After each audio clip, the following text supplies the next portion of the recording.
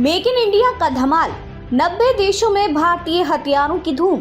भारत में निर्मित स्वदेशी हथियार अब दुनिया के कई देशों में धड़ल्ले से निर्यात किए जा रहे हैं और यह देश की रक्षा उत्पादन क्षमता और आत्मनिर्भरता की एक बड़ी सफलता है।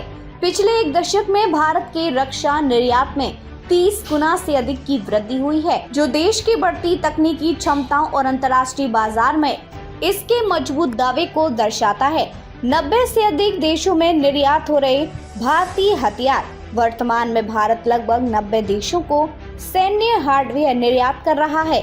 इस उपलब्धि का श्रेय सरकार की आसान लाइसेंसिंग प्रणाली, तेजी से अप्रूवल प्रक्रिया और घातक हथियारों की सप्लाई करने में बढ़ती सहूलियत को जाता है।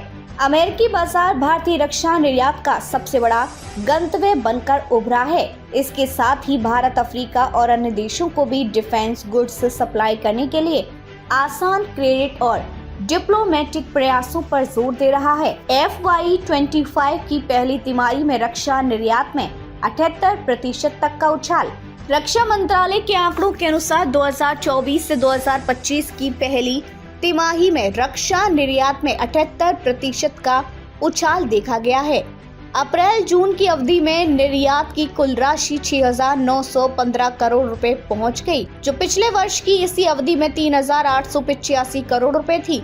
2023 से 2024 में भारत ने रिकॉर्ड 21,083 करोड़ रुपए, लगभग 2.63 अरब डॉलर की रक्षा निर्यात कमाई, जो पिछले वित्त वर्ष के 15,920 करोड़ रुपए से 32.5% ज्यादा है।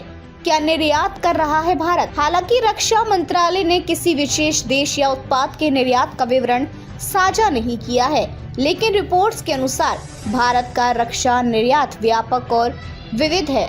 सरकारी और प्राइवेट सेक्टर की कंपनियों द्वारा किए जाने वाले निर्यात में गोला बारूद, छोटे हथियार जिनमें स्नाइपर राइफल और स्पेशलाइज्ड साइट सिस्टम शामिल है, बुलेट प्रूफ जैकेट और हेलमेट, इलेक्ट्रॉनिक सामान, बख्तरबंद वाहन, हल्के टॉर्पीडो, सिम्युलेटर, ड्रोन और तेज हमला करने वाले जहाज शामिल हैं।